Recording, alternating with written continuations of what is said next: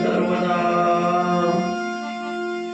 ओम भूर्भुवः स्वः तस्य विदुर्वरेण्यं भर्गो देवस्य धीमहि धियो यो न प्रचोदयात्।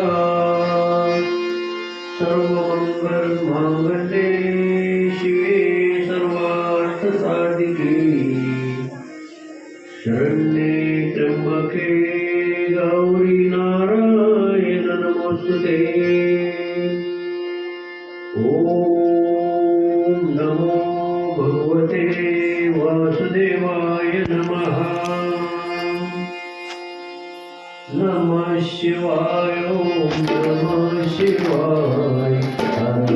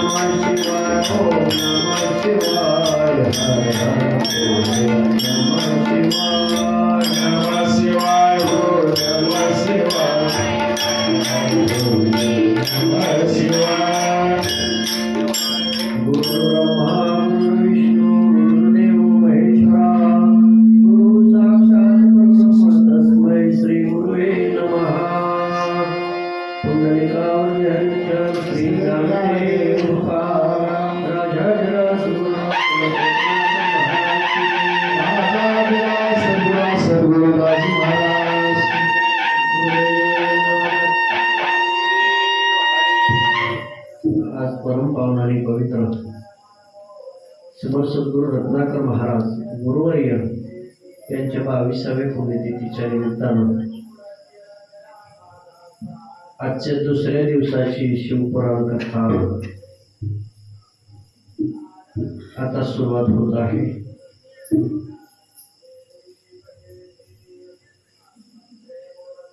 शिवपुराण अत्यंतिक व्यापक आहे, खूप मोठा ज्ञानाचा स्रोत आहे। आपल्या कल्पनेच्या पलीकडच्या काही गोष्टी आहेत, सहज त्या समजून येणाऱ्या नाहीत। समजायच्या असतील तर चित्ताची शुद्धी करावी लागेल, मग त्या समजायला सोप्या होतील। आणि म्हणून बुद्धीच्या पलीकडचं ज्ञान आहे, आपल्या बुद्धीला न पेलवणारं ज्ञान आहे। किंबहुना आपली विचार आणि तर्क शक्ती तिथपर्यंत पोहोचू शकत नाही। म्हणून आपण काय करायच्या भानगडीत पडायचं नाही। करता करविता तो देवराना, सगळं काही भगवंतावरती सोपवायचं आणि मग सर्व कार्य तो पूर्ण करून घेतो। त्याच्यासाठी संकल्प आवश्यक असतो। संकल्पाची गोष्ट महत्वाची आहे। हा संकल्प रूपी विचार अत्यंत महत्वाचा आहे। निश्चय, दृढ निश्चय अत्यंतिक महत्वाचा आहे. जन्माला आलेल्या जीवाच्या उद्धारासाठी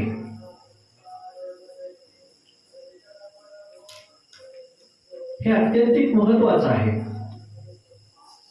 आणि म्हणून ह्या नुसत्या कथा नाहीत, ह्या नुसत्या कथा नाहीत, तर त्या सत्य स्वरूप अशा प्रकारचे अनुभव संपन्न कथा आहेत.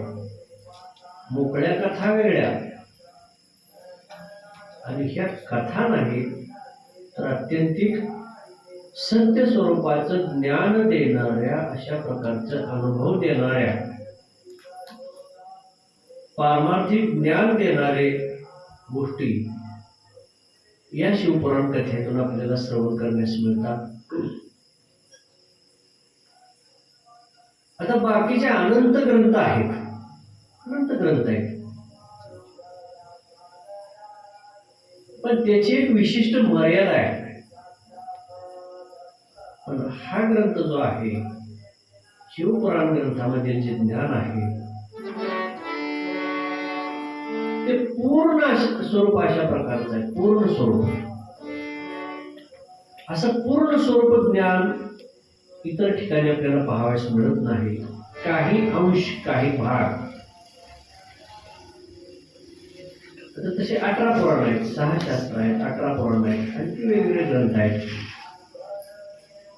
पण इतकं व्यापक ज्ञान या शिवपुराणामध्ये आपल्याला मिळतंय की जे कधी आपण ऐकलेलं नाही, अनुभवलेलं नाही, असं ज्ञान आहे. आणि म्हणून ह्या श्रवणामुळे आपल्या मनाची शुद्धी होते आणि भक्ती करण्यासाठी आपल्या मनाची तयारी, संकल्प होण्यास प्रारंभ होतो. म्हणून हे कथा श्रवण अत्यंत चित्त शुद्ध करून आपण ते श्रवण केलं पाहिजे. आपण पहिल्या दिवसामध्ये काल कशा पद्धतीनं सृष्टीच्या प्रलयाच्या अगोदरची स्थिती, नंतरची स्थिती आपण पाहिली. ब्रह्मा विष्णू महेशांची उत्पत्ती पाहिली, कशी झालेली, त्याची निर्मिती कशी झाली हे आपण पाहिलं. ब्रह्मा विष्णू महेशांच्या निर्मितीनंतर जे पहिल्यांदा मुख्य पुराण पुरुष ज्यांना म्हटलं जातं ते सदाशिव आहेत. सदाशिव हे पुराण पुरुष, पहिले पुरुष आहेत. त्यांना आदिनाथ म्हणा, आदि पुरुष म्हणा, पहिले पुरुष आहेत सदाशिव. आणि सदाशिवांनी नंतर मायेची निर्मिती केली. त्याच्यानंतर ब्रह्मा विष्णू महेशांची निर्मिती झाली. त्यांच्या डाव्या अंगातून हा जो अर्धा भाग आहे डावा, त्याच्यातून ब्रह्माची निर्मिती केली. आणि उजव्या बाजूचे अंग आहे ते शरीराच्या उजव्या भागातून विष्णूंची निर्मिती केली. आणि हृदयातून महेशांची निर्मिती झाली.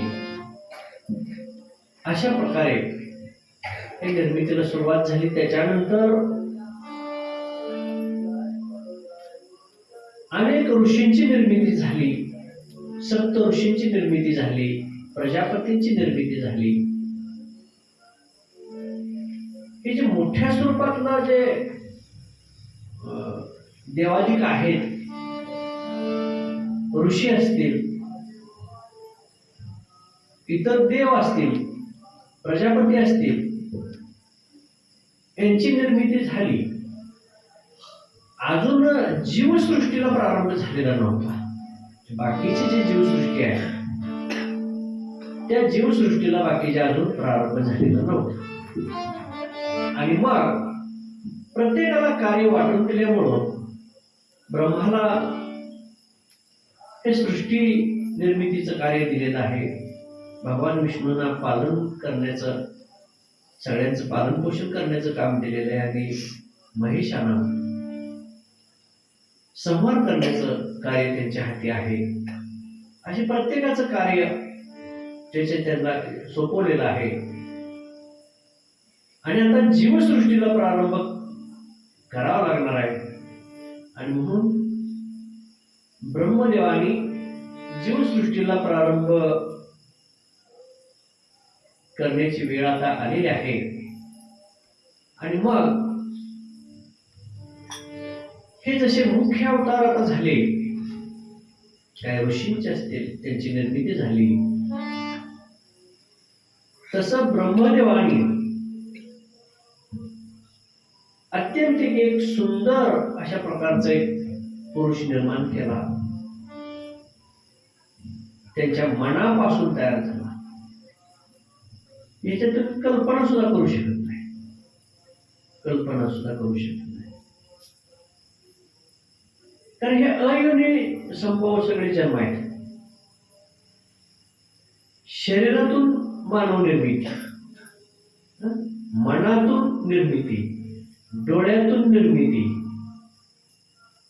म्हणजे शरीराच्या कोणत्याही भागातून निर्मिती वेगवेगळ्या स्वरूपानं. हा सुरुवातीचा काळ आहे. अत्यंत सुंदर असा पुरुष तयार झाला. अत्यंत देखणा असा हा पुरुष आहे. खूप सुंदर आहे. अत्यंत लावण्य त्याच्या ठिकाणी आहे. त्याच्या शरीरातून सुगंध दरवळतोय सगळीकडं. असा अनुपम्य असा हा पुरुष निर्माण झाला. आणि मग जन्म होता क्षणी त्या आपल्यासारखा जन्म नाही. पहिल्यांदा शिशु अवस्थेत पाळण्यात आपल्याला राहावं लागतं. मग नंतर हळूहळू मोठा होईल तसं कळायला लागतं. तसे नव्हते पूर्वीचे जन्म. सुरुवातीच्या काळात तिची निर्मिती होती डायरेक्ट 20-25 वर्षाच्या 15-20 वर्षाच्या स्टेजची. पहिला बालपणीचा टप्पाच नाही, नंतरचाच 20-25 वर्षाचा ह्या स्टेप मधला असा टप्पा होता. आणि मग ते सगळं लक्षात येतं, कळायला लागेल असते. 20-25 वर्षाच्या मुलाला सगळं कळायला लागतं नसतं. आणि मग जन्म होता क्षणी त्याने ब्रह्मदेवाला पाहिलं, नमस्कार केला आणि म्हणजे तुम्ही मला निर्माण केलेलं आहे, तर माझं नाव काय, मी काय कार्य करायचं आहे, माझं नाव काय आहे. आता आपलं नाव आपल्याला माहित नसतं ना, ते ठेवावं लागतं विधी करून. त्याने विचार माझं नाव काय आहे आणि मी काय करायचं आहे, हे मला कार्य सांगा. आणि मग त्या ठिकाणी बाकीचे ऋषी मुनी होते, त्यांनी सगळ्यांनी विचार केला की अत्यंत सुंदर असा देखणा हा पुरुष आहे. आणि मग ह्याच्या ठिकाणी मदन अवस्था जास्त आहे, म्हणून त्याला कामदेव अशा प्रकारचं नाव देऊया. कुणी मदन असं म्हणायला लागलं, कुणी काम म्हणायला लागलं, कुणी कामदेव म्हणायला लागलं. आणि दर्पासारखा सगळा सुगंध दरवळतोय, दर्प, म्हणून त्याला कदर्प असंही नाव देण्यात आलं. अशी वेगवेगळी नावं त्या कामदेवाला त्या ठिकाणी ज्याला जसं वाटेल त्या पद्धतीने ती नावं ठेवण्यात आली. आणि मग कामदेवाची निर्मिती झाली. त्याच्यानंतर ब्रह्मदेवाने एक अत्यंत सुंदर अशा प्रकारची कन्या निर्माण केली, मुलगी निर्माण केली. तिचं नाव संध्या. त्या संध्येची निर्मिती ब्रह्मदेवाने केली. ती संध्या ब्रह्मदेवाची कन्या आता एक अशी कन्या आहे की पूर्ण तेजापासून तयार झालेली आहे. ही जी कन्या आहे ती ब्रह्मदेवाच्या तेजापासून तयार केलेली आहे. त्याच्यामुळं सगळं तेज ब्रह्मदेवाचं ह्या कन्येमध्ये होतं, संध्येमध्ये. आणि संध्या अत्यंत सुंदर, म्हणजे तिच्यासारखी लावण्यवती कुणी नाही. अशी जगामध्ये नव्हे, विश्वामध्ये नव्हे, कुठेही त्रैलोक्यात अशी सुंदर स्त्री नाही. एवढं सुंदर पण ह्या संध्येच्या ठिकाणी एकवटलेलं होतं, कारण तेजापासून तयार झालेली होती ब्रह्मदेवाच्या. आणि मग संध्येची निर्मिती झाली. संध्येची निर्मिती झाल्यानंतर आता ती पण असत आहे, शिशु अवस्थेत जन्म नाही, डायरेक्ट मोठ्या अवस्थेतला जन्म आहेत ना. आणि मग तिची निर्मिती झाल्यानंतर, संध्येची निर्मिती झाल्यानंतर तिचं सौंदर्य पाहून तिथं जेवढे होते ते सगळे भान हरपून गेले. इतकं सौंदर्य त्या संध्येचं होतं. आता संध्या हे नाव काय केला तर ते दिवसा तर चमकत होतीच होती, पण रात्र झाल्यावर सुद्धा तिचा प्रकाश पडत होता, इतके चमकत होते, म्हणून तिला संध्या हे नाव आहे. संध्याकाळी सुद्धा चमकत होती म्हणून संध्या हे नाव तिला आहे. आणि अशी ही संध्या अत्यंत लावण्यवती, खूप सुंदर, की जणू काय सगळ्या सृष्टीचं सौंदर्य या संध्येमध्ये एकवटलेलं आहे. अशी संध्या त्या ठिकाणी असलेल्या सगळ्या ऋषी मुनींनी पाहिली, ब्रह्मदेवानं पाहिली, सगळ्यांनी पाहिली. आणि हे सगळ्यांनी पाहिल्यानंतर सगळे अगदी भानावर येणं अशी अवस्था त्यांची झाली. इतकं सौंदर्य पाहून ते अगदी बेशुद्ध पडण्यापर्यंत स्थिती गेली. त्यांना ते शोषण इतकं ते सौंदर्य होतं. आणि मग हे सगळं सौंदर्य पाहून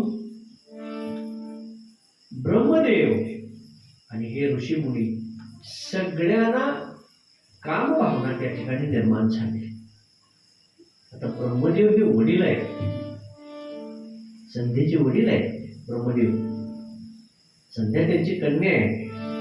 आणि बाकीचे जे ऋषी किंवा प्रजापती निर्माण झालेले आहेत ते भावंड आहेत, भाऊ आहेत. ब्रह्मदेवाने निर्माण केलेले आहेत ना, ते सुद्धा भावंड आहेत, भाव आहेत. आणि हे सगळ्यांची वृत्ती ही कामपीडित वृत्ती झाली, सगळे कामातूर झाले. आणि कामातूर झाल्यामुळं प्रत्येकाला ती कामपीडा त्रास देऊ लागली आणि प्रत्येकाला त्या संध्येचा हव्यास वाटायला लागला. हे कुणी पाहिलं तर धर्माने पाहिलं. धर्म हा सुद्धा मानसपुत्र आहे, ब्रह्मांचा मानसपुत्र आहे, ब्रह्मदेवाचाच मुलगा आहे धर्म हा सुद्धा. हे धर्माने पाहिलं की म्हणजे असं कधी पाहिलेलं नव्हतं, इतकं वाईट चित्र मला कसं बघायला मिळतंय. वडील कन्येकडं काम भावनेनं बघायला लागलेलं आहे, भाऊ बहिणीकडं काम भावनेनं बघायला लागलेला आहे, की मी काय बघतोय. धर्म विचार करायला लागला. आणि असं झालं तर ह्या सृष्टीचं पुढच्या जीवचक्राचं काय होईल असा विचार तो धर्म करायला लागला. आणि आता ह्यांना बोलून तर काय उपयोग आहे, हे सगळे भानावर नाही, इतके ते काम पीडित आणि कामातूर झालेले आहेत.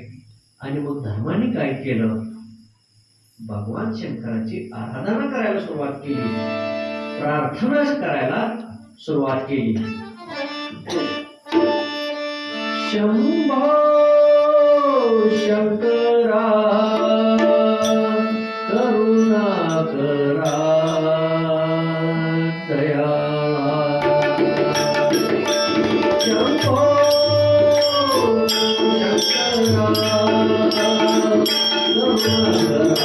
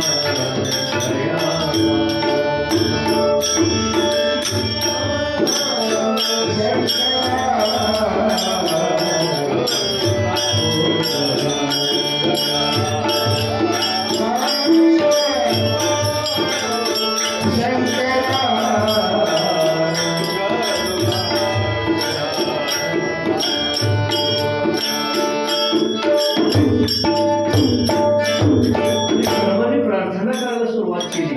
भगवान शिवजींची शंकराची प्रार्थना करायला सुरुवात केली आणि भगवान शंकर शिवजी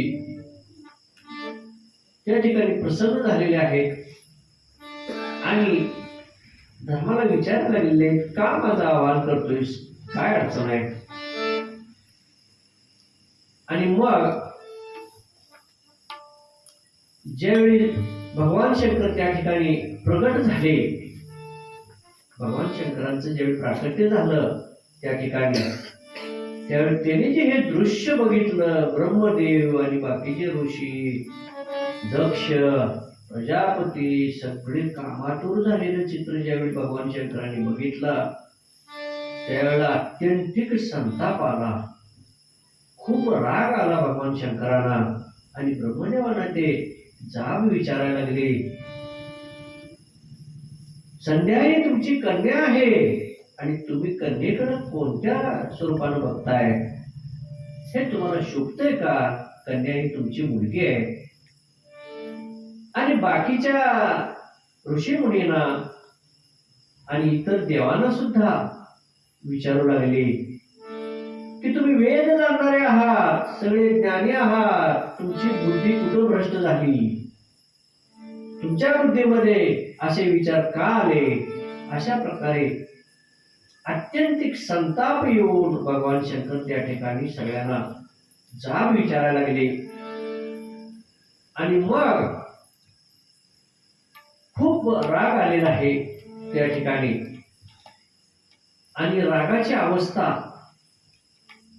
अत्यंत विकोपाला गेलेली भगवान शंकराची आणि त्यामुळे त्यांना हे चित्र पाहावं वाटेना आणि कोप झालेल्या भगवान शंकराचा आणि ब्रह्मदेवालाही त्यांनी सुनावलेला आहे की हे तुम्ही काय करताय?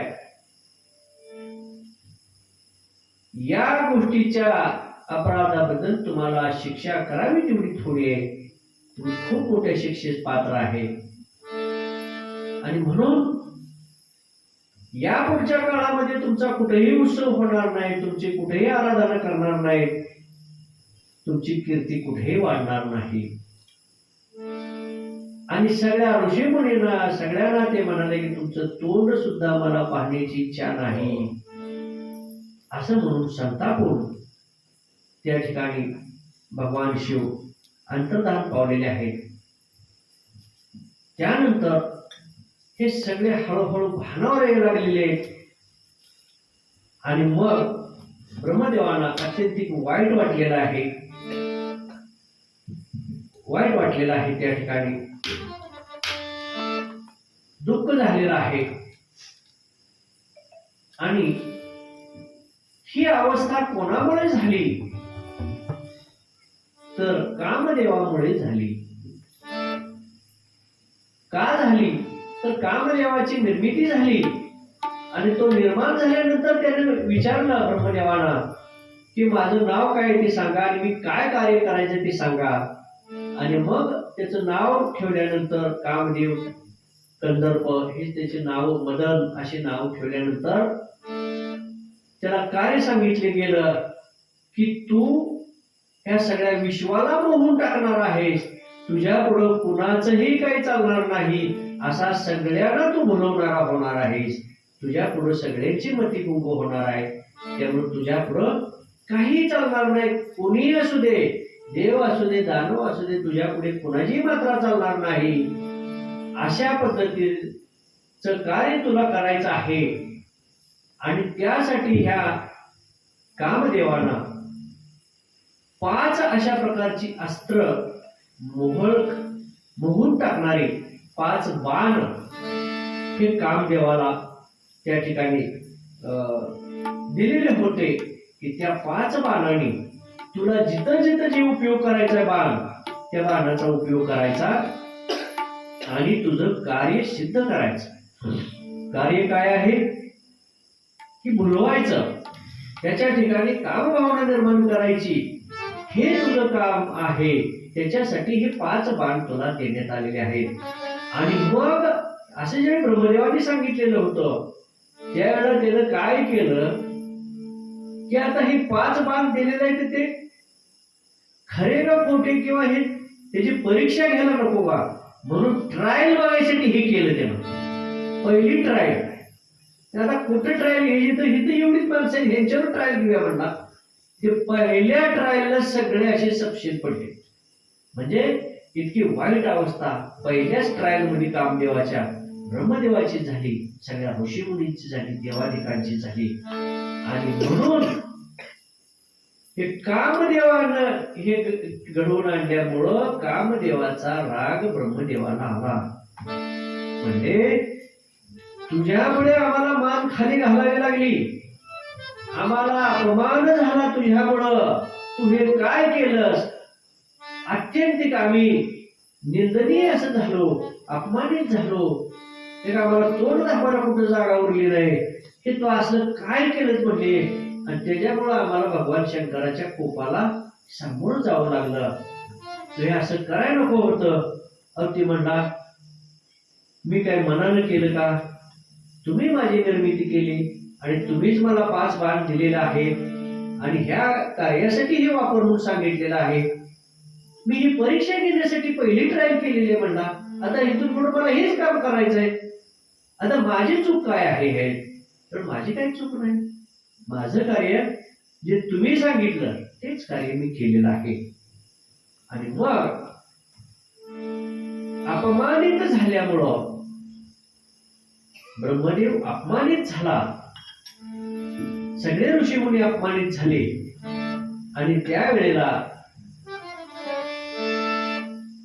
ह्या अपमानाचा बदला आपण घेतला पाहिजे असं ब्रह्मदेवाला वाटायला लागलं. की म्हणजे इतका अपमान आपला व्हायला नको होता. मग आपण ह्या गोष्टीचे भरपाई केल्याशिवाय राहायच नाही. आणि भगवान शंकरांना असं कामपीडित आपल्यासारखं कधी झालेलं आपण पाहणार किंवा त्यांचं लग्न झालेलं कधी पाहणार, ह्याच्यासाठी आपण प्रयत्न करायचा असा विचार ब्रह्मदेव करू लागला. की आता आपण हा अपमानाचा ह्या गोष्टी सगळ्या धुवून काढण्यासाठी आपण इथून थोडा आता प्रयत्न करायला पाहिजे असा तो विचार करायला लागला. आणि मग हा जो कामदेव होता, कामदेवाचा नंतर कामदेवाने सांगितलं आता माझे कार्य सांगा की तुला यापुढच्या काळात हे कार्य करायचं आहे, पण मी कसे कार्य करायचे, माझ्याबरोबर कोण असणार. आणि मग कामदेवासाठी अत्यंत सुंदर अशी रती, त्या रतीचा विवाह कामदेवाबरोबर झालेला आहे, करून दिलेला आहे. आणि त्यानं दोघांनाही सांगितलं तुम्ही दोघांनी मिळून हे कार्य करायचं आहे या पुढच्या काळामध्ये. अशा पद्धतीनं कामदेवाचा विवाह रती बरोबर झाल्यानंतर कामदेव त्या ठिकाणाहून निघून गेलेला आहे, आपापल्या कार्याला तो लागलेला आहे. इकडे ज्या संध्येबद्दल अभिलाषा निर्माण झाली ब्रह्मांना, इतर ऋषींना, देवादिकांना, सगळ्यांना, प्रजापतींना, ही संध्या ब्रह्मदेवाची कन्या अत्यंत शरमलेली आहे, मनामध्ये ती हिरमुसलेली आहे की आपण आपल्या डोळ्याने कधी काय बघतोय. आपल्या वडिलांना आपल्याबद्दल अशी भावना निर्माण व्हावी, आपल्या भावांना आपल्याबद्दल अशी भावना निर्माण व्हावी, याच्यासारखं दुर्दैव काय आहे आणि हे कशामुळे झालं. तर मला जे हे सुंदर रूप दिलं त्या सुंदर रूपामुळे हे घडलं. की मला सुंदर रूप दिलं नसतं तरी बरं झालं असतं, माझं शरीर सुंदर नसतं तरी बरं झालं असतं, ही घटना घडली नसती. मग ज्या शरीरामुळं ही गोष्ट घडली त्या शरीराचा ठेवून काय उपयोग आहे? मग मी माझ्या देहाचा त्याग केला पाहिजे अशी भावना या संध्येच्या मनामध्ये निर्माण झालेले. काय उपयोग आहे या शरीराचा? की या शरीरामुळं आपल्या वडिलांच्या, भावांच्या, सगळ्यांच्या मनामध्ये अभिलाषा निर्माण झाली. मग हे शरीर काय उपयोगाचं आहे? या शरीराचा त्याग केला पाहिजे अशी भावना संध्येच्या ठिकाणी मनात निर्माण झालेली आहे आणि विचार करू लागलेले आहे की म्हणजे हे आता आपल्या बाबतीत घडलंय की घडलंय, हिथून पुढे अनेक जीव निर्माण होणार आहेत सृष्टीमध्ये. जर हे असंच घडत राहिलं तर मग हे चक्र कसं चालणार किंवा किती वाईट स्थिती निर्माण होईल याचा विचार संध्या करू लागली. आपल्या बाबतीत घडलंय ही पहिलीच वेळ आहे, पण इतर कोणावरती असं घडू नये ह्याच्यासाठी आपल्याला काय करता येईल याचा विचार मनामध्ये ती करू लागलेली आहे. आणि मग त्यानं निर्णय घेतलेला आहे की आपण देहत्याग तर करायचंच आहे, हे देह ठेवायचं नाही, देहाचा त्याग करायचा आहे. पण आपल्यावर जी वेळ आली ती वेळ इतर कुठल्या कन्येवरती येऊ नये, इतर कुठल्या स्त्रियावरती येऊ नये, ह्याच्यासाठी आपल्याला काय कार्य करता येईल हे आपण करावं असा विचार ही संध्या मनामध्ये करू लागलेले. आणि तिने ब्रह्माला सांगितलेलं आहे, ब्रह्माजींना वडिलांना सांगितलेलं आहे की मी आता माझ्या देहाचा त्याग करणार आहे, उपयोग नाही काय. आणि त्याच्यानंतर कामदेव हा पण विवाह झाल्यानंतर निघून गेलेला होता. ब्रह्मदेवी त्या ठिकाणी लज्जित झाल्यामुळे तेही त्या ठिकाणून निघून गेलेले होते आणि ही घरी एकटीच राहिलेली होती. आणि तिने आता मनामध्ये विचार केलेला आहे आपण देहत्याग करावा आणि पुन्हा आपण ह्या कन्यांसाठी, स्त्रियांसाठी आपल्याला काय कार्य करता येईल, आपल्याला आलेला प्रसंग इतरावर येऊ नये याच्यासाठी आपण काय कार्य करावं, कशा पद्धतीने बंदोबस्त करावा याचा विचार ती करू लागलेली आहे. आणि मग हे कार्य कधी सिद्ध होईल तर आपण भगवंताची प्रार्थना केली, भगवंताची तपश्चर्या केली आणि भगवंताचे आशीर्वाद घेतले तरच कोणतंही कार्य सिद्ध होतं. आणि म्हणून त्या संध्येने तपश्चर्येला जाण्याचा निर्णय घेतला. आपण तपश्चर्या करायची, तपसाधना करायची. आणि मग घरातून निघून ती चंद्रभाग पर्वतावरती त्या ठिकाणी पोहोचलेली आहे, तपश्चर्या करण्यासाठी पोहोचलेली आहे. एकटीच आलेली आहे, कुणी सोबत नाही आणि तपश्चर्या करायची आहे. पण तपश्चर्या करायची म्हटल्यानंतर त्याचा विधी माहीत असला पाहिजे, कशी तपश्चर्या करायची हे ज्ञान असलं पाहिजे, गुरु केलेला असला पाहिजे, त्यांनी नामामृत दिलेलं असलं पाहिजे, अनुग्रह दिलेला असला पाहिजे, गुरुनी मंत्र दिलेला असला पाहिजे, उपदेश केलेला असला पाहिजे, तरच तपश्चर्या करता येईल. आणि हिला तर हे काही ज्ञान नव्हतं. अशा अवस्थेत संकल्प फक्त मनात करून गेले की आपण तपश्चर्या करायची तर पर्वतावरती जाऊ. आणि ब्रह्मदेवानी हे सगळं जाणून घेतलेलं आहे की आपली कन्या पर्वतावरती तपश्चर्या करण्यासाठी गेलेली आहे आणि तिला हा तपश्चर्येचा विधी काहीही माहिती नाही. तेव्हा त्यांनी वशिष्ठ मुनींना त्या ठिकाणी बोलावून घेतलेला आहे.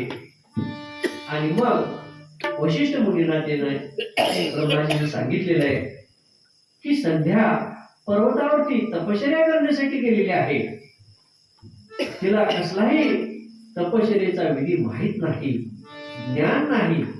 तेव्हा तुम्ही जावा आणि तिला तपश्चर्येचा विधी काय असतो हे सांगा, कशी तपश्चर्या करायची हे सांगा, तिला अनुग्रह द्या, बोध करा आणि तपश्चर्येसाठी तिला आशीर्वाद देऊन तुम्ही या. अशा प्रकारे वशिष्ठ मुनींना ब्रह्मदेवांनी सांगितलेलं आहे. ब्रह्माजींची आज्ञा घेऊन वशिष्ठ मुनी गेलेले आहेत. त्यांनी ब्राह्मण वेश धारण केलेला आहे. ब्राह्मण वेश धारण केलेला आहे आणि ब्राह्मण वेशात ते चंद्रभाग पर्वतावरती त्या ठिकाणी पोहोचलेले आहेत. आणि तिथं सरोवराच्या काठी जिथं कमळ उगवलेले आहे, अत्यंत सुंदर असा परिसर आहे. अशा सरोवराच्या काठी त्या ठिकाणी संध्या थांबलेले आहे, बसलेले आहे. आणि आता ते तपश्चर्येचा करण्यासाठी विचार करू लागलेले आहे. अशा वेळी वशिष्ठ मुनी त्या ठिकाणी पोहोचलेले आहेत. ब्राह्मण वेशातील त्या ऋषींना पाहून तिने नमस्कार केला, दर्शन घेतलं आणि त्यांनी विचारलं, हे कन्ये, तू कोण आहेस? हे मुली, तू कोण आहेस? कुठून आलेले आहेस आणि इथं कशासाठी आलेले आहेस? इथं कोणीही नाही आणि तू कोणत्या उद्देशाने आलेली आहेस? आणि मग तिने सगळा वृत्तांत सांगितलेला आहे की मी ब्रह्मदेवाची कन्या आहे, माझं नाव संध्या आहे आणि मी तपश्चर्या करण्यासाठी या ठिकाणी आलेले आहे. परंतु मला तपश्चर्या करण्याचा विधी माहित नाही, काही ज्ञान नाही. तेव्हा तो विधी तुम्ही मला सांगितला पाहिजे. कशी तपश्चर्या करावी हे तुम्ही मला सांगा. तुम्ही मला तो बोध करा. पण हे करण्याच्या अगोदर तिनं काय सांगितलं, हे वाक्य अत्यंत महत्वाचं आहे की हा बोध तुम्ही करा, माहिती सांगा, पण मी जर पात्र असेल तर मला हा विधी सांगा. बघा, मी तपश्चर्या करण्यासाठी जर पात्र असेल असं तुम्हाला वाटत असेल, मी पात्र असेल आणि तुम्हाला जर तसं वाटत असेल तर मला अनुग्रह द्या आणि तपश्चर्येचा विचार सांगा. ते जे ज्ञान आहे ते तपश्चर्येचं तुम्ही सांगा. म्हणजे किती विचार मोठा आहे. तुम्ही तसं करता का? काय साधना केली आपण? काय विचार केला अनुग्रह घेण्यासाठी, माळा घालण्यासाठी, शिष्य होण्यासाठी? काय विचार केला? तुम्ही म्हणला का, महाराज आम्ही पात्र असेल तर आम्हाला अनुग्रह द्या? तुम्ही काय म्हणणार, तुम्हाला देव वाटला तरी मी द्या, नको असला तरी मी राहू द्या, आम्हाला करू वाटली तरी मी सेवा आम्ही करू, ती मी घडेल तशी करू, येऊ वाटलं तरी येऊ, जमलं तरी येऊ, नाही आले म्हणून तुमच्या जोडीत काय धोंडा पडायचा आहे? हे सगळ्या गोष्टी आपल्या समोर आणणार. आणि मग ह्या कथा काय ऐकायचे आपण?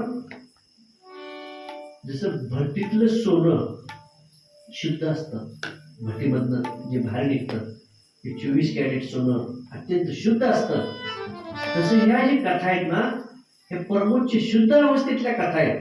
त्याच्यातली एक एक अक्षर, एक एक शब्द, एक एक वाक्य विचार करायला लावणार आहे. इतके ते अतिशुद्ध वाक्य आहे आणि त्याचा विचार आपण करायचा की इतकं सौजन्यानं बोलणं ऋषीना, किंवा मी पात्र असेल तर.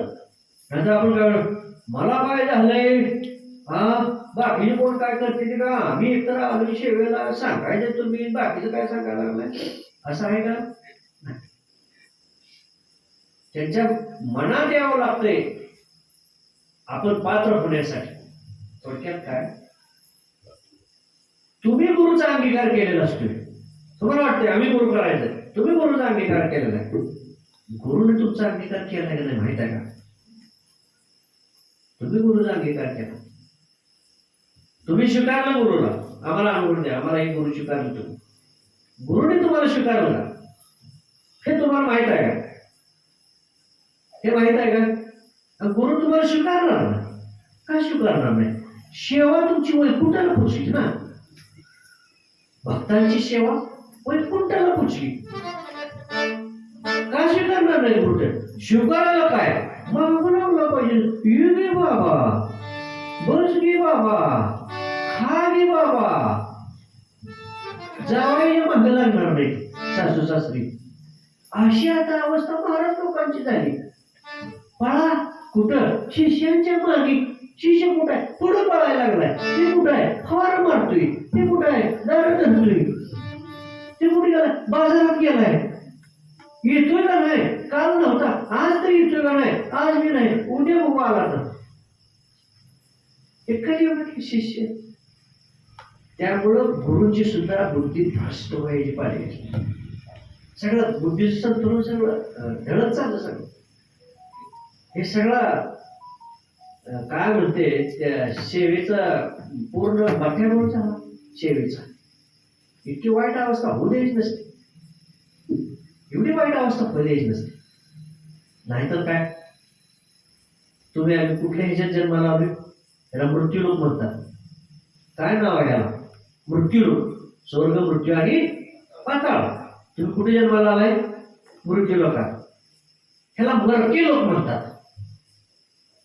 तुम्हाला कसे लोक म्हणतात? मरके लोक. मरके म्हणजे मरणारे.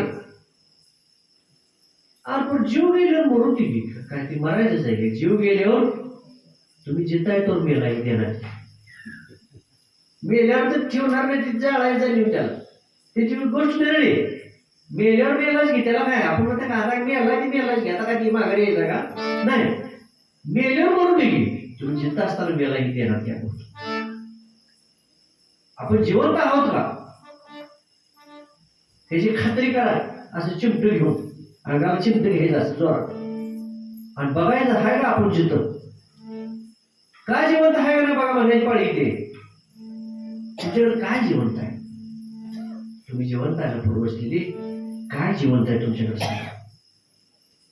तुमच्याकडे जिवंत शक्ती आहे? तुम्ही शक्तीहीन झालेला आहात. तुमच्याकडे जिवंत विचार आहे का? एकही विचार जिवंतपणाला तुमच्याकडे नाही.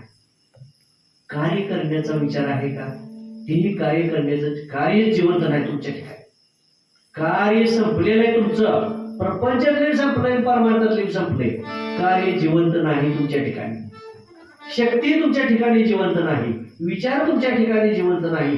भाव लागतो भक्तीसाठी, तो तुमच्या ठिकाणी जिवंत राहिलेला नाही.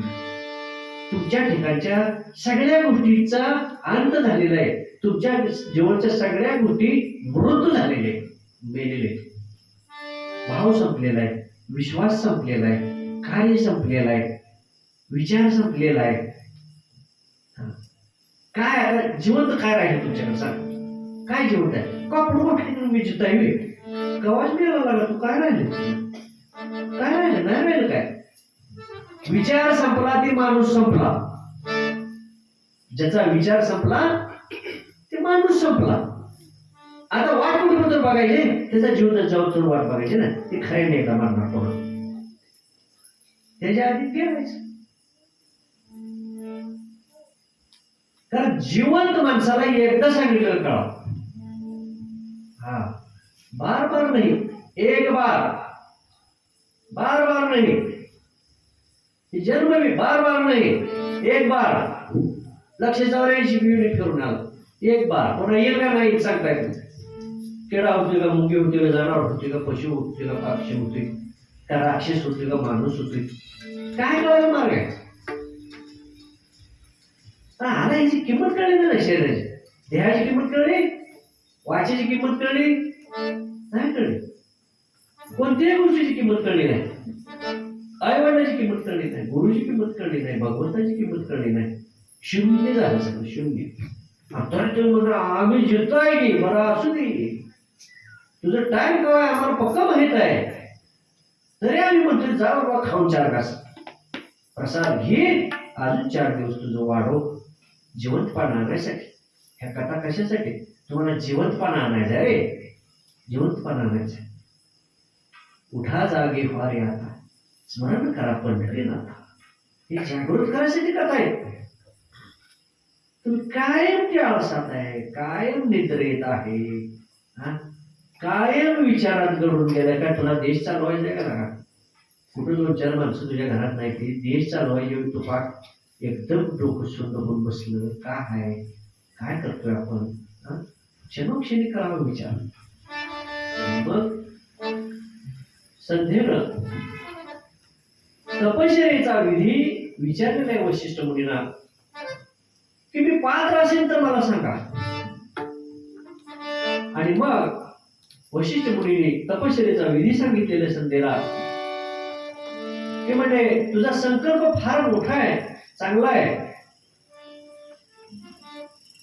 आम्ही पहिल्यांदा 10-20 वर्षापूर्वीच्या काळामध्ये ज्यावेळी लोक येत होते आमच्याकडं अनुग्रह घेण्यासाठी, त्यांना आम्ही सांगायचो 11 गुरुवार निराहार करा सांगायचो. मग त्यांनी 11 एक गुरुवारला सुरुवात केली. पहिल्या गुरुवारला का त्यांनी सांगायला सुरुवात केली महाराज आमचा 5वा गुरुवार आहे, 7वा झाला महाराज आमचा 7वा गुरुवार आहे, 10 झाले का आमचा 10वा आहे. आणि पुन्हा शेवटाला म्हणजे आज आमचा शेवटचा गुरुवार आहे. म्हणजे पुन्हा ते पुढचं काय सांगू नव्हतं. 11वर मोबाळ संपलं. पण 11 सांगितले की 21 करून कोण आला नाही. 11 सांगितले की 51 करून कोणी आला नाही. 11 सांगितले की 101 करून कोणी आला नाही. 11 सांगितले अखंड मीठ चालू ठेवले असा कुठे आला नाही. कशाने येतोय? येणारा मधनच रस्त्यातनं माघारी चालला की येतो कशाने? त्यामुळे वर तर कुठं पोचते अर्ध्यातच आहे. भटकते सगळे अर्ध्यात चालू. आणि मग इथं तपश्चर्येचा विधी सांगितलेला आहे. कशी तपश्चर्या करायची? तपश्चर्या मौन धारण करून करायची. मौनाला अत्यंत महत्व आहे. तुम्ही सुद्धा आठवड्यातून 1 दिवस मौन करायला शिका. विशेष करून स्त्रियांनी. पुरुष काय जेव्हा आचार असते तेव्हा तबाखू खाऊन बडबड करत बसते, त्यांच्यानी काही शक्य नाही. गोष्टी किती जर काय म्हटलं तर त्यांच्यानी शक्य नाही. पण स्त्रियांनी हे करायला काहीच हरकत नाही.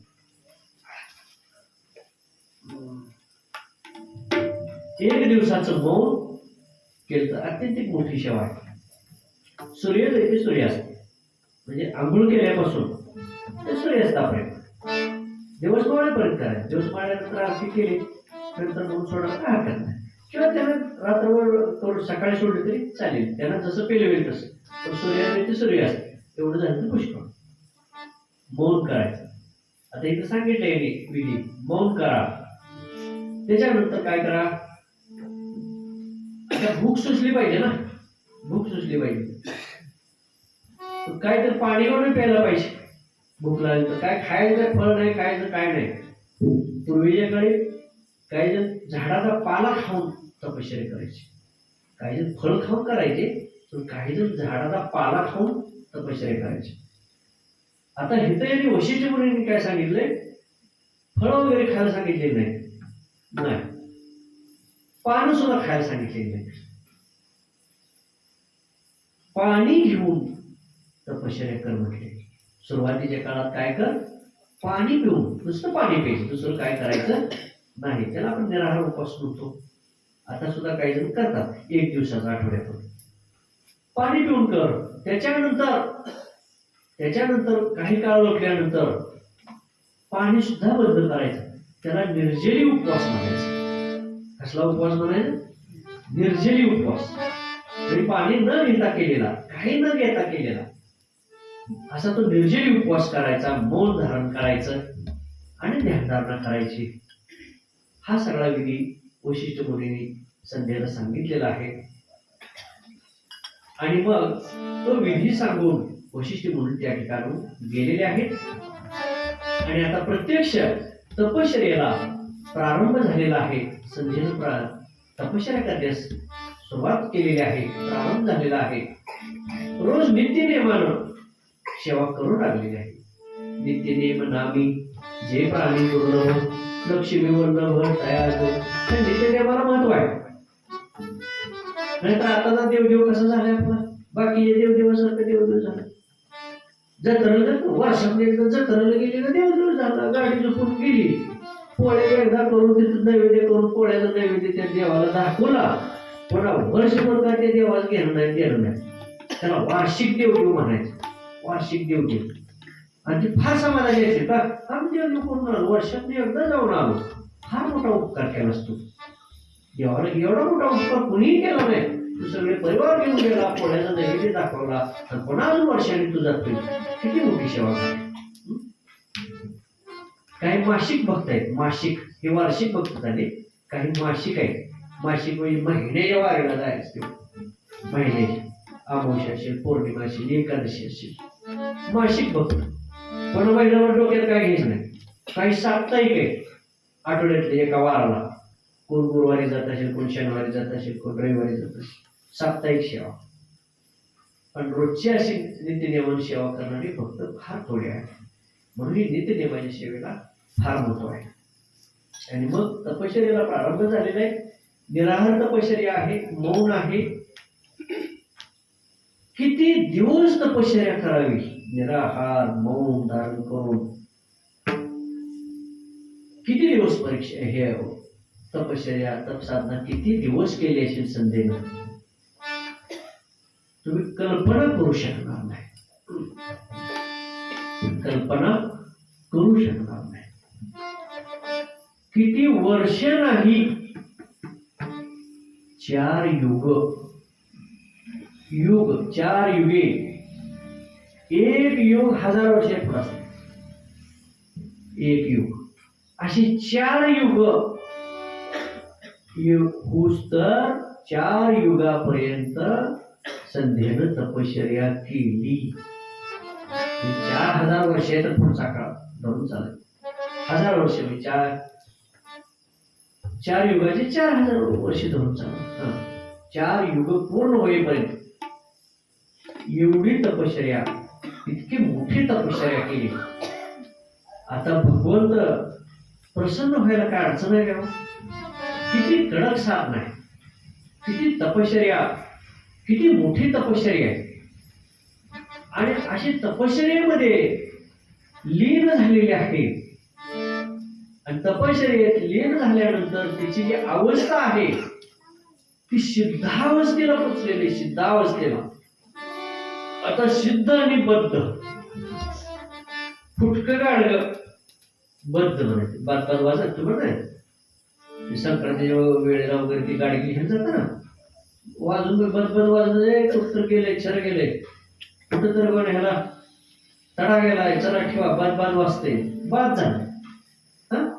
आणि खणखणीत आवाज येते ते चांगला आहे. तसं सिद्ध अवस्था म्हणजे चांगली अवस्था आहे, उच्च अवस्था झाली सिद्ध अवस्था. आणि बद्ध म्हणजे अर्धवट, पोचला नाही तो सिद्ध अवस्थेला. ही सिद्धावस्थेला पोचली संध्या. एका ठिकाणी ठाईचं करुणी चित्त राहिलो निवास. आणि तपश्चर्या, खूप मोठी तपश्चर्या, 4 युगापर्यंत तपश्चर्या केली. आता याच काळामध्ये दक्षाला, दक्ष प्रजापतीला 60 कन्या झालेली होते. 60 कन्या, 60 मुली. त्या 60 मुलीपैकी बाकीच्या ऋषींना काय देण्यात आल्या, एकट्या चंद्राला 27 मुली दिलेल्या होत्या. 27 कन्या दक्षाच्या, एकट्या चंद्राला 27 कन्या दिलेली होती. 27 मुली बरोबर विवाह एकट्याला चंद्राला. आता किती मोठा सासरा झाला विचार करा. 27 मुली देते म्हणजे विचार करा. आणि मग 27 मुली चंद्राला दिल्या, पण त्या बाकीच्या 26 मुलीकडे ती दुखून सुद्धा बघायला नाही चंद्र. आणि रोहिणी नावाची जी पत्नी होती ती दक्षाची कन्या, त्या रोहिणीला मात्र तो कुठं जाईल तिकडं बरोबर न्यायचा आणि सगळीकडे फिरवायचं. म्हणजे अत्यंतिक प्रेम फक्त चंद्राचं रोहिणीवरती होतं. अत्यंतिक माया आणि प्रेम. म्हणून ते कुठं जाईल तिकडे त्याच्या बरोबर ती रोहिणी एकटीच असायची. बापाला राग आला, दक्षाला राग आला. म्हणजे का म्हणजे 27 पूर्ण दिले म्हणजे एकट्या रोहिणीलाच घेऊन फिरतोय म्हणजे, बाकीच्या 26 पूर्वीच माझ्या काय केलं. आणि त्यांच्याकडे डोकून सुद्धा बघत नाही. मग राग आला दक्षाला. आणि राग आल्यानंतर त्यांनी शाप दिला, चंद्राला शाप दिला. असा चंद्र अडचणीत आला. शाप ते त्यावेळचे काही शाप साधे नव्हते, ते मोठी यातना भोगावं लागत होती. ती शापग्रस्त झाला चंद्र.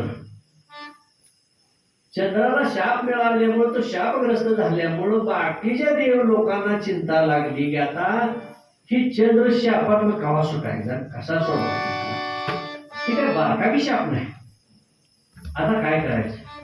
आणि मग ज्या ठिकाणी संध्या तपश्चर्येला बसलेली होती त्या ठिकाणी हे सगळे देव मिळून गेले की आपण संध्येला प्रार्थना करू आणि तिला सांगून चंद्राला शापमुक्त करू. ह्याच्यासाठी संध्येच्या दर्शनासाठी सगळे देव लोक गेलेले होते. इतकी तपश्चर्या प्रसिद्ध झालेली होती त्या काळामध्ये. आणि मग सगळे ऋषी देवगण सगळे गेले. संध्या त्या ठिकाणी तपश्चर्या करत बसलेले आहे.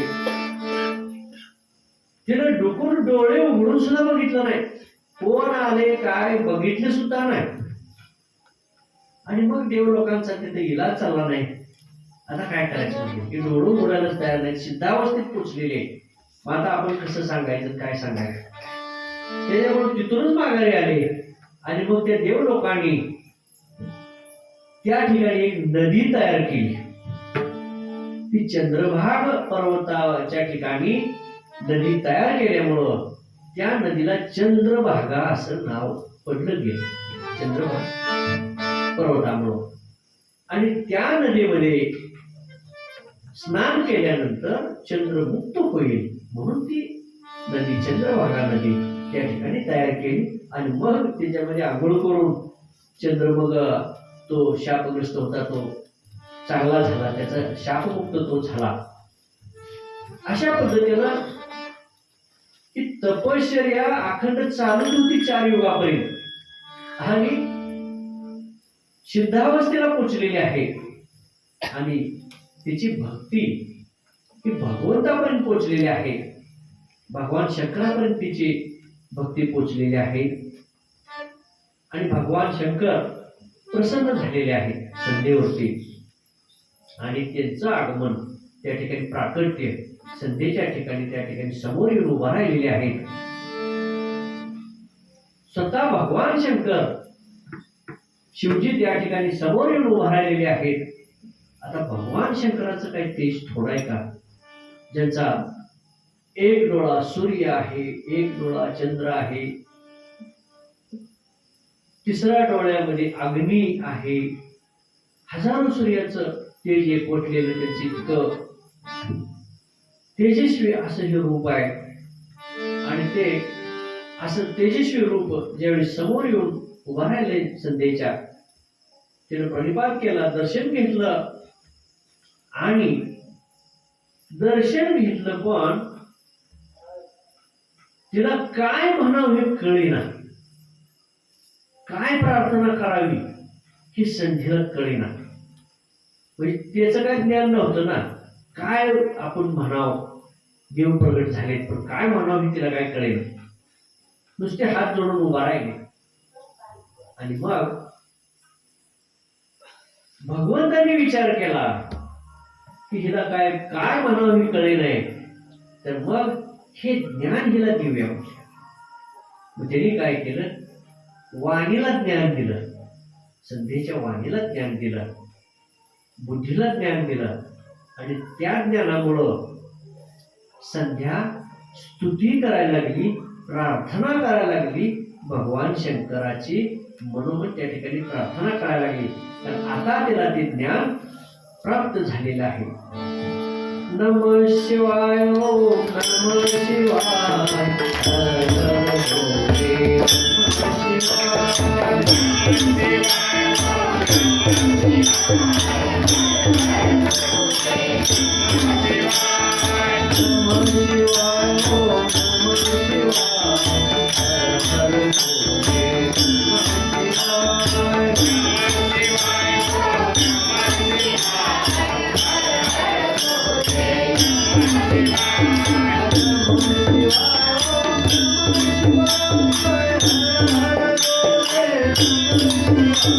Thank you.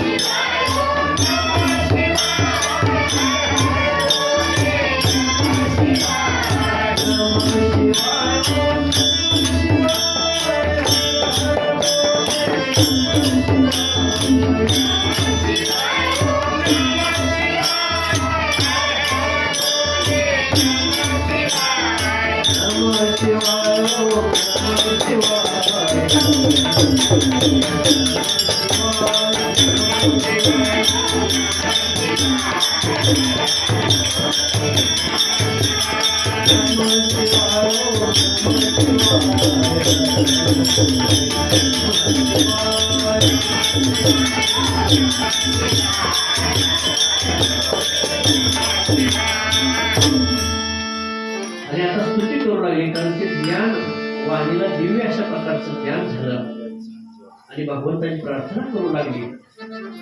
आणि मग भगवंताने विचारलं, कशासाठी तू तपश्चर्या करत आहेस? तुला काय हवंय ते मागून घे, वर द्यायला मी तयार आहे. आणि मग संध्याने सांगायला सुरुवात केली की आपल्या बाबतीत जे काही घडलं ते तिने सांगायला सुरुवात केली. भगवंतालाही ते माहीतच होतं. आणि मग जे काही घडलंय माझ्या बाबतीत ते कशामुळे घडलेलं आहे, तर जो माझा जन्म झालेला आहे तो डायरेक्ट कुमार अवस्थेत झालेला आहे, शिशु अवस्थेत झालेला नाही. डायरेक्ट कुमार अवस्था प्राप्त झालेली आहे. म्हणजे एक टप्पाच नव्हता, शिशु अवस्थेचा टप्पाच नव्हता, डायरेक्ट कुमार अवस्थेचा जन्म. आणि हा डायरेक्ट कुमार अवस्थेचा जन्म झाल्यामुळे ही अडचण आलेली आहे. मी जर शिशु अवस्थेत असते, पाळण्यात असते, तर माझा मोह कुणी केला नसता आणि बाकीच्यांना अशी भावना निर्माण झाली नसती. हे का निर्माण झाले, तर पहिला टप्पा कट झाल्यामुळं, शिशु अवस्थेतला टप्पा कट झाल्यामुळं डायरेक्ट कुमार अवस्था त्या ठिकाणी निर्माण झाल्यामुळं, तरुण अवस्था त्या ठिकाणी निर्माण झाल्यामुळं हे घडलेलं आहे. तेव्हा इथून पुढच्या काळामध्ये अशी रचना करा भगवंता की आता कशी अवस्था आहे, जन्म झाल्या झाल्या लगेच काम भावना निर्माण होते, असं न होता हा टप्पा, तिसऱ्या टप्प्यामध्ये जी अवस्था आहे त्या तिसऱ्या अवस्थेमध्ये हा देह असताना त्या पद्धतीची रचना व्हावी. पहिल्या दोन टप्प्यात म्हणजे कुमार अवस्था, शिशु अवस्था आणि कुमार अवस्था, या पहिल्या दोन टप्प्यात अशी काम भावना निर्माण होऊ नये. जे काही काम भावना असते ते तिसऱ्या टप्प्यामध्ये निर्माण व्हावी. त्याच्या अगोदर दोन टप्पे असावेत, तिथं काम भावना नसावी आणि मग सृष्टीचं हे चक्र चांगलं चालेल आणि कोणावरही अन्याय होणार नाही. आणि म्हणून तुम्ही हे टप्पे करा, शिशु अवस्था, कुमार अवस्था, तरुण अवस्था आणि वार्धक्य शेवटचं. आणि त्या तिसऱ्या टप्प्यात असताना तरुण अवस्थेतच कामभावना निर्माण व्हावी, अशा पद्धतीची रचना इथून पुढे करा, अशी मागणी केलेली आहे संध्येनं. आणखी तिनं काय मागणी केलेली आहे की माझा पती हा माझ्या विचाराशी संलग्न असला पाहिजे, म्हणजे आमच्या दोघांचे विचार एकसारखे असले पाहिजे. माझ्यावरती अत्यंत प्रेम करणारा असा माझा पती असावा, अशी मागणी केलेली आहे. त्याच्यानंतर तिनं अशी मागणी केलेली आहे की माझ्याकडे काम भावनेनं जो पुरुष पाहिल तो नपुसक झाला पाहिजे, अशाही प्रकारचा वर द्यायला भगवान शंकरांना त्यांनी सांगितलेलं आहे. आणखी त्याने एक मागणी केलेली आहे की मी पतीची सेवा मनोबल माझ्या हातून घडावी, असा वर द्या की जेणेकरून एक महान पतिव्रता म्हणून माझा नावलौकिक जगतामध्ये पावा, असाही वर देण्यासाठी भगवंताने तिने विनंती केलेली आहे. भगवंताने सगळे गोष्टी संध्येच्या मान्य केलेल्या आहेत की तू म्हणते तसं या पुढच्या काळात जन्म झाल्या झाल्या कुठल्याही देहाला त्या ठिकाणी कामभावना निर्माण होणार नाही, तर तिसऱ्या टप्प्यातच ही कामभावना निर्माण होईल. परंतु काही प्रसंगी दुसऱ्या टप्प्याच्या अंतिम अवस्थेत सुद्धा ही गोष्ट घडू शकेल अपवादात्मक स्थितीमध्ये. आणि अशा प्रकारचा सगळं वर भगवंतांनी दिलेले आहे. जशी मागणी होती त्या पद्धतीने ती मागणी त्यांनी पूर्ण केलेली आहे. आणि आता भगवंताने आठवण करून दिलेली आहे संध्येला की म्हणले तू हे सगळं करण्याच्या अगोदर असा पण केलेला आहेस की ही तपश्चर्या करून मी माझ्या देहाचा त्याग करणार आहे, असा पण केलेला आहेस तू. आणि त्यामुळं आता ती वेळ आलेली आहे की तुझ्या देहाचं समर्पण आता पाहावं, तुझ्या देहाचं समर्पण तू केलं पाहिजे. ती वेळ आता येऊन पोचलेली आहे. आणि मग ही आठवण करून दिलेली आहे भगवंतानी, आठवण करून दिलेली आहे. आणि मग तिला सांगण्यात आलेलं आहे संध्येला त्या ठिकाणी की या चंद्रभाग पर्वतावरती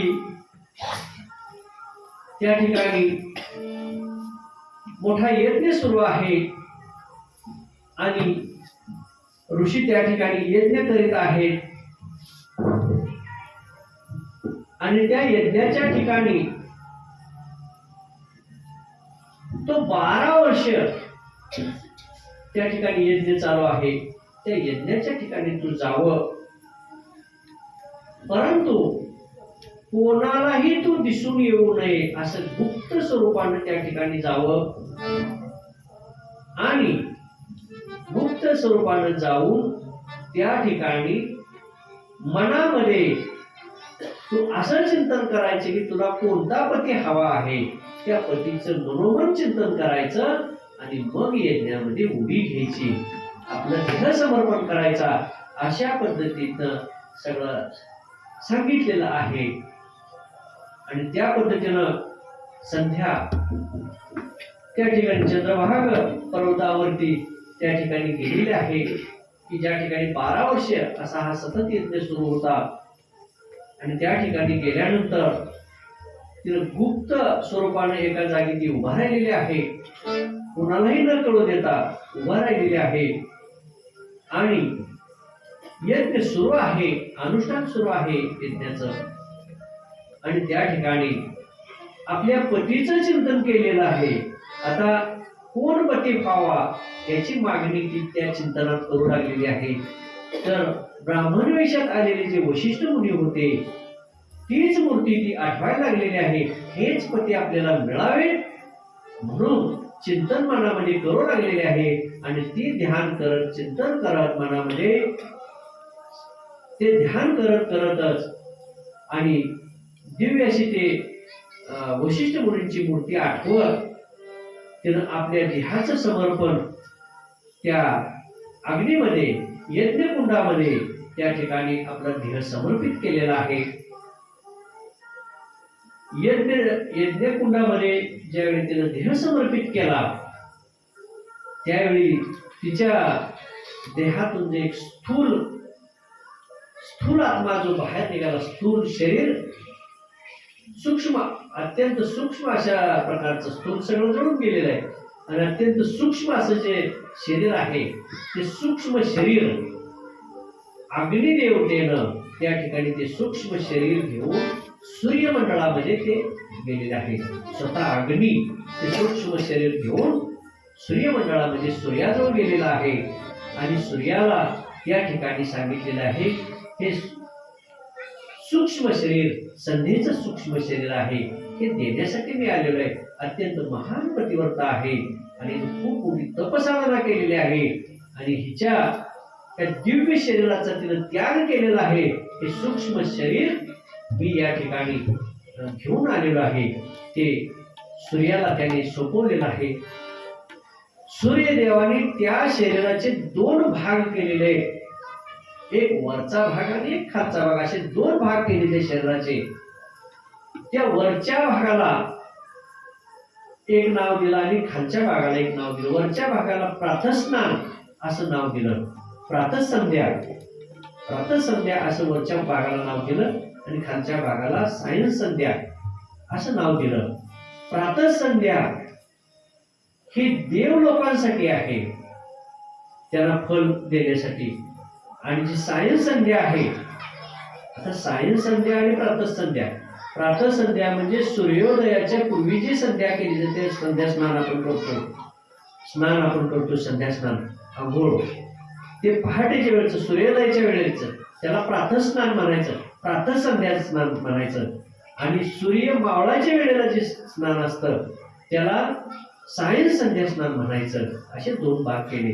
प्रातःस्नानाचे जे फळ आहे ते देवतांसाठी येते प्रातःसंध्या, आणि सायं संध्या स्नान जे आहे त्याची फलप्राप्ती पितरांना आहे, पितरगणांना आहे. आणि म्हणून ते सायं संध्या स्नान पितरांसाठी ठेवलेलं आहे, त्याला फलप्राप्ती मिळणे. असे ते दोन भाग सूर्याने त्या ठिकाणी केलेले आहेत. आणि त्यावेळेपासून आज तागायत अत्यंतिक मनोभावी सेवा करणारी ही संध्या, हे संध्येचं जीवन अत्यंतिक सेवेनं समर्पित झालं की त्याच्या देहाची सुद्धा एवढ्या वाटण्या झाल्या आणि त्याची फलप्राप्ती पितरगणांना आणि देव लोकांना होऊ लागली. आणि तो ध्येय संपल्यानंतर त्याच अग्निकुंडामधून एक कन्या बाहेर निघाली, एक मुलगी बाहेर निघाली. म्हणजे ही संध्या, शरीर दग्ध झालं, जळून गेलं, आणि ते शरीर दग्ध होऊन गेल्यानंतर त्याच अग्निकुंडामधून यज्ञातून एक कन्या बाहेर आली. अत्यंतिक दिव्य अशी सुंदर कन्या त्या ठिकाणी बाहेर आली. आणि यज्ञातून बाहेर आली म्हणून त्या कन्येला अरुंधती अशा प्रकारचं नाव देण्यात आलं. हीच अरुंधती पुढे कालांतराने लहानाची मोठी झाल्यानंतर सगळ्या देव लोकांनी, ब्रह्म विष्णू महेशांनी त्या ठिकाणी त्या ऋषींना सांगून त्या अरुंधतीचा विवाह वशिष्ठ मुनी बरोबरती करण्यासाठी त्यांनी प्रयत्न केला. आणि वशिष्ठ मुनी बरोबर त्या अरुंधतीचा विवाह संपन्न झाला. अशा पद्धतीने आणि पुढे हीच अरुंधती पुन्हा नावलौकिक तिने मिळवला. पतिव्रता धर्माचं पालन करून श्रेष्ठ अशी पतिव्रता म्हणून तिने सुद्धा जगतामध्ये नावलौकिक मिळवला. आपल्या पतीची मनोभावी सेवा केली. अशा पद्धतीने मनोभावी सेवा करणारे जे भक्त असतात त्यांना फलप्राप्ती निश्चितपणाने मिळत असते. परंतु आपण जी सेवा करतोय ती सेवा भावपूर्ण नसते, भावपूर्ण नसते, म्हणजे शुद्ध भाव नसतो. जिथे भाव तिथे देव. आणि हा शुद्ध भाव जर तुमच्या ठिकाणी असेल, मुळात आपण सेवा जास्त करण्याच्या भानगडीतच पडत नाही. आपल्या हातून सेवा जास्त घडू शकत नाही. फार थोडी सेवा आपल्याला घडते. हे सेवेच्या बाबतीत किती सायास करावा लागतो याची आपल्याला कल्पना सुद्धा नाही की अनेकांनी हिच्या अगोदर किती मोठी सेवा केलेली आहे. एक भिल्ल समाजामध्ये एक पती पत्नीचं कुटुंब होतं, दोघं नवरा बायको होते. आणि ते पती पत्नीचं कुटुंब असताना तो जो भिल्ल होता तो शिवभक्त होता. भगवान शंकराची पूजा मनोमन भाव ठेवून अत्यंत शुद्ध भावानं तो सेवा करायचा. आणि मग नित्यनेमानं सेवा करायचा. पूजा सामग्री सगळी जमा करून तो त्या ठिकाणी भगवान शंकराची पूजा करायचा. पण एके दिवशी काय झालं, त्या सगळ्या साधन सामग्रीमध्ये पूजेच्या भस्म नव्हतं. आणि भस्म असल्याशिवाय तर पूजा करता येत नाही. आणि नेमकं भस्मच नव्हतं त्या पूजा सामग्रीमध्ये. आणि ते पाहिल्यानंतर त्या भिल्लाला वाईट वाटलं. सगळी सामग्री आहे आणि भस्मच नाही. आणि भस्म असल्याशिवाय तर आपल्याला पूजा करता येणार नाही. आता काय करायचं याचा विचार तो भिल्ल करू लागला. आपल्या पतीला चिंता वाटू लागलेली आहे असं त्या भिल्लाच्या पत्नीनं विचार केला की केवळ भस्माची वडी नसल्यामुळं, भस्म त्या ठिकाणी नसल्यामुळं आपले पती विचारात पडलेले आहेत, चिंताग्रस्त झालेले आहेत, की त्यांना वाटते की माझी पूजा आज बंद पडली. जर इथं भस्म असता तर मला पूजा करता आली असते, पण भस्म नसल्यामुळं आज माझी पूजा होऊ शकत नाही. असं दुःख वाटलंय आपल्या पतीला. याचा विचार त्या भिल्लाच्या पत्नीनं केला आणि तिनं चिता पेटवून चितेमध्ये स्वतः उडी घेतली आणि आपलं शरीर संपवून टाकलं. आणि ते जे चिताभस्म तयार झालं, ते चिताभस्म घेऊन पुन्हा त्या भिल्लानं त्या ठिकाणी भगवान शंकराची पूजा केली, आरती केली. म्हणजे विचार करा, एका पूजेसाठी पत्नीनं स्वतःच समर्पण केलं. आपण मोकळ्या वेळेचं 1 तासाच्या 2 तासाच्या तेवढं सुद्धा समर्पण करायला जर तयार नसेल तर आपल्यासारखं दुर्भाग्य दुसऱ्या ठिकाणी कुठं असणार आहे. जे आहे ते द्यायला तुम्ही तयार नाही, नसलेलं काय देणार आहे? आणि जे गोष्ट होणार नाही ती गोष्ट तुम्ही काय करणार आहे? काहीच करू शकत नाही. तेव्हा जे शक्य आहे ते तरी करण्याचा आपण प्रयत्न केला पाहिजे. कारण भक्ती नाही साधी पोळी, ती आहे सुरावरची पोळी. नुसतं ऐकून चालत नाही. नळी फुंकली सोनारे इकडून तिकडे गेले वारे. नुसतं ऐकून चालत नाही. चिंतन, मनन, निजध्यास आणि मग साक्षात्कार आहे. चिंतन करायला सांगितलेलं आहे. अत्यंतिक महत्व आहे चिंतनाला. हे चिंतन का करायचं? चिंतन कशाचं करता? तुम्ही चिंतन करता का? तुम्ही चिंतन करत नाही, तुम्ही चिंता करता. चिंता आणि चिंतन ह्याच्यामध्ये फरक आहे. चिंता जिवंतपणे तुमच्या शरीराला जाळत नेते, पोखरत नेते. तुम्ही काय झालं, लय धडकलाय, वाळूनच चाललाय का? जाळायला लागली काय? चिंता रूपी लाकडं त्याला जाळायला लागली जिवंतपणे. हे चिंता नाही करायची, चिंतन करायचं. चिंतन काय? सत्य वस्तूचं चिंतन असतं. चिंतन कशाचं असतं? सत्य वस्तूच. आता तुम्ही कुठली सत्य वस्तूचा स्वीकार केलाय का? केला का स्वीकार कुठल्या सत्य वस्तूचा? लय मोठ्या मोठ्या वस्तू स्वीकारल्या ना तुम्ही. तंबाखू पासून बिडीपर्यंत, सिगारेट पर्यंत. खायला चांगलं चांगलं पाहिजे, नेसायला चांगलं चांगलं पाहिजे, अनेक दागदागिने परिधान केले पाहिजे, पैसा अडका भरगच्च असला पाहिजे. मला एकाही गोष्टीची चिंता भगवंताने करू देऊ नये. त्यांची पूजा सुद्धा त्यांचं तेनीच करून घ्यावी, त्यांची आरती त्यांचं तेनीच ओवाळावी. का? मला ही साधनं दिलेले ह्याच्यात मी रममान होणार ना. जो दरिद्री भक्त भगवंताकडे येतोय, ते दारिद्र्य संपवण्यासाठी प्रार्थना करतोय, त्याची परिस्थिती चांगली होते, आणि पुढे तो काय करतोय? आता माझं संपलीत दारिद्र्य, आता 4 दिवस मला चांगलं काढून घ्या.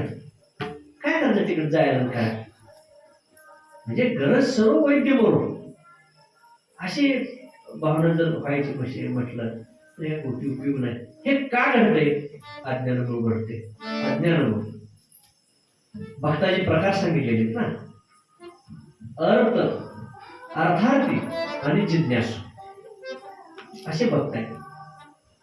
तर ते अर्थ आहे तो नुसता फक्त काम भावनेनं हे करतो, आणि अर्थार्थी जो भक्त आहे ते ज्ञान त्याच्या ठिकाणी आहे. आणि ज्ञान असल्यामुळं ते ज्ञान पूर्ण अवस्थेतून भक्ती करतोय. ज्ञान असल्याशिवाय भक्ती होत नाही. ज्याला ज्ञान आहे त्याची भक्ती फलद्रूप होणार, ती श्रेष्ठ भक्ती समजली जाते.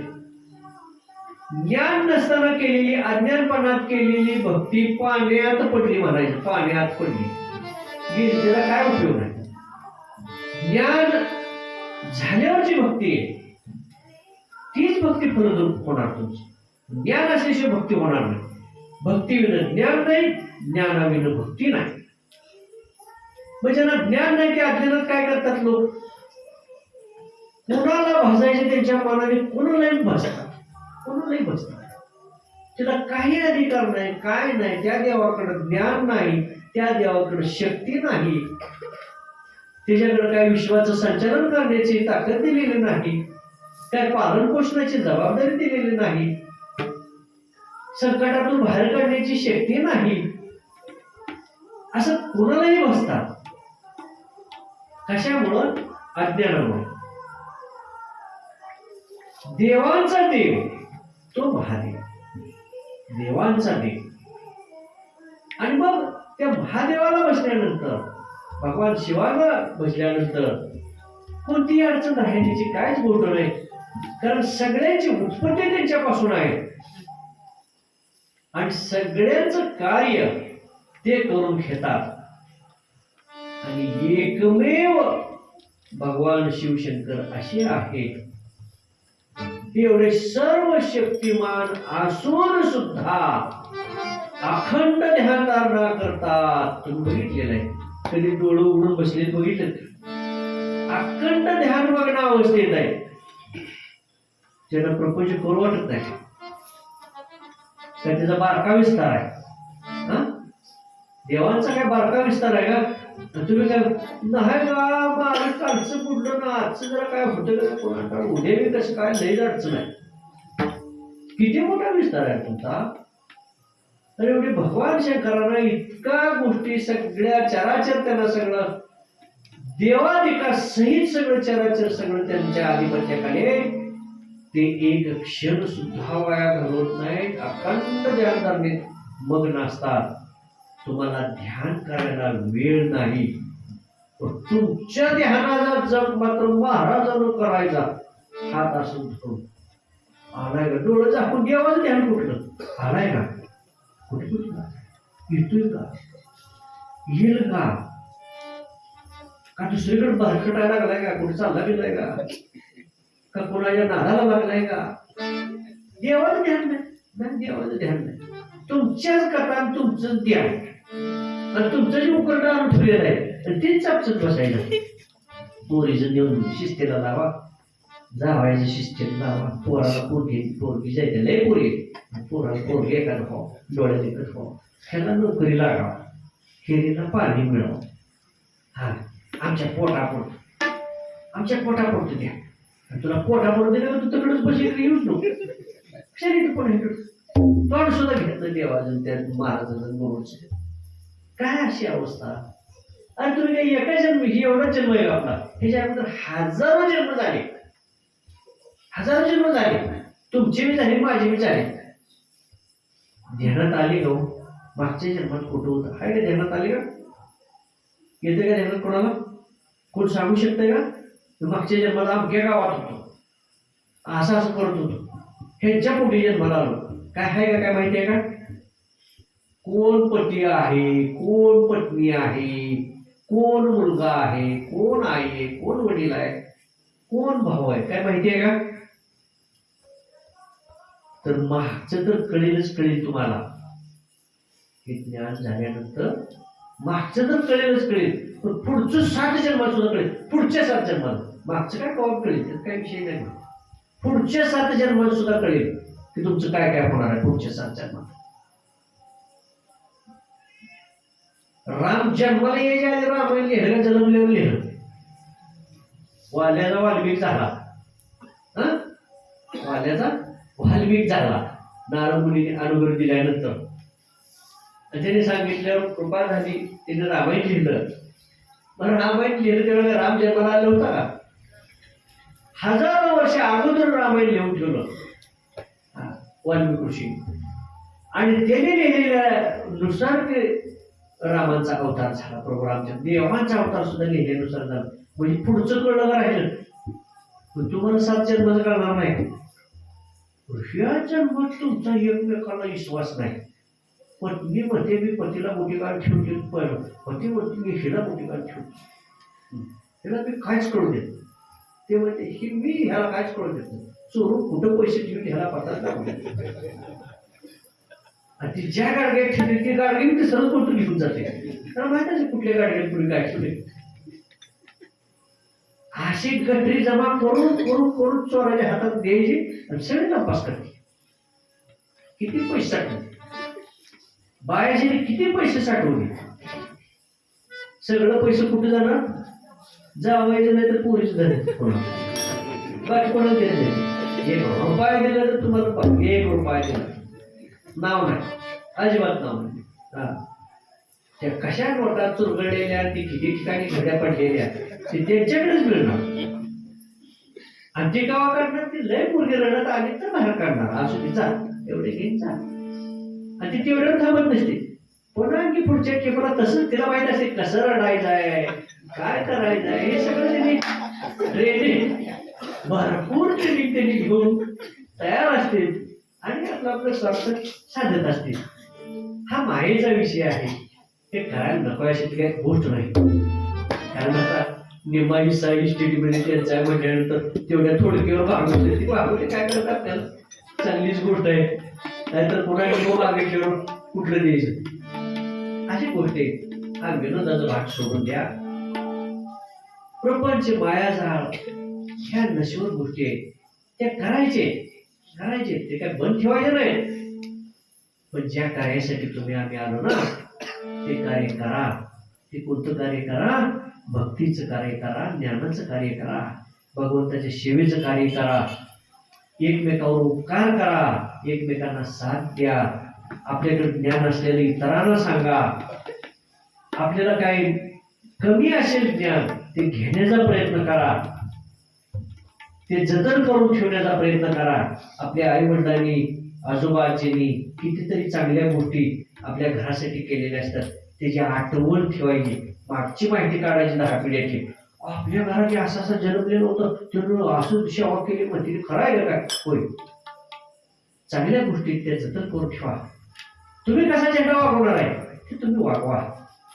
एखादी स्त्री कर्तृत्ववान होऊन गेलेली असते त्या घरामध्ये, तिचा नवलौकिक असतो त्या गावामध्ये, अन्नदान केले जाशील, आणखी काय गोष्टी जाशील, तो वारसा जपा. मुलांनी जपा, मुलींनी जपा, सगळ्यांनी जपा. भक्तांनी साधू संतांचा वारसा जपा. साधू संतांनी काय कार्य केलं, किती कार्य केलं, सेवा कशी संपन्न झाली. चोकोबाच्या घरी आज एकादशी, चोकोबाच्या घरी स्वतः परमात्मा परमेश्वर पांडुरंग खीर खायला येतात का, खीर मिळत नव्हती का, खीर खायला यायचं आणि त्या खिरीचं खाल्लेलं वगाळ सगळं त्या खीर निम्यात त्या पितांबरावर त्याच्यावर पडलेली सगळी असायची. आणि मग बाकीचे लक्षात यायचं असं कसं काय झालं, कुठं गेले भगवंत. ते खिरीचं सगळं वगाळ ते खीर पाहत होते. पुन्हा काय केलं, खरंच ते खीर खायला जाते का म्हणून बघायला गेले. स्वतः भगवंत त्या ठिकाणी आत बसून खीर खात होते आणि बाहेर खिडकीत येऊन बघायचे, बरोबर ते दिसायचे त्याला खायला लागले. स्वतः भगवंत येऊन हे नातं आहे, त्याला काय म्हणते ते नातं, ते जपावं लागतं. तुम्ही जपायचं काय नाव घे नाही, हो नाव घे नाही, नातं हे जपायचं नावच घे नाही. हे देवभक्ताचं नातं आहे, पती पत्नीचं नातं आहे, भावाचं नातं आहे, हा बाप लेकांचं नातं आहे, बाप लेकांचं, मित्रांचं नातं आहे. काय कृष्ण आणि सुदामा कसले मित्र, काय मित्र ते, हा त्याच्या प्रेमाची गणता करता येणार नाही असले मित्र. बाप लेकांची काय नाती. शुकमुनी आणि महर्षी व्यास, ज्यांनी व्यासांनी सगळे पुराण लिहिले, ते सगळे ग्रंथ लिहिले. शुकमुनी त्यांचा मुलगा, काय बाप लेकांचं नातं, किती ज्ञान संपन्न तो मुलगा शुकमुनी, किती गर्व, किती अभिमान त्या व्यास महर्षीला आपल्या मुलाचा, की तो ज्ञान सांगायला लागल्यानंतर सुद्धा एवढे मोठे व्यास मुनी, नारद मुनी सुद्धा आणि व्यास मुनी सुद्धा शुकमुनींच कथा ऐकत बसायचे. इतका गौरव त्यांना वाटायचा. व्यास मुनी वडील आहेत त्यांचे आणि नारद मुनी गुरु आहेत, शुकमुनीचे गुरु आहेत.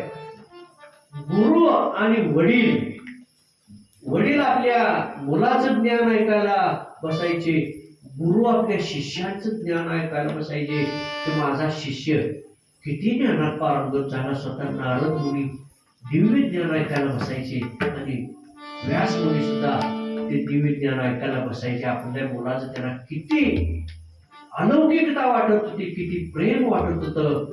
आणि नारद मुनीला सुद्धा आपल्या शिष्याबद्दल किती अलौकिकता वाटत होती की माझा शिष्य मोठा व्हावा.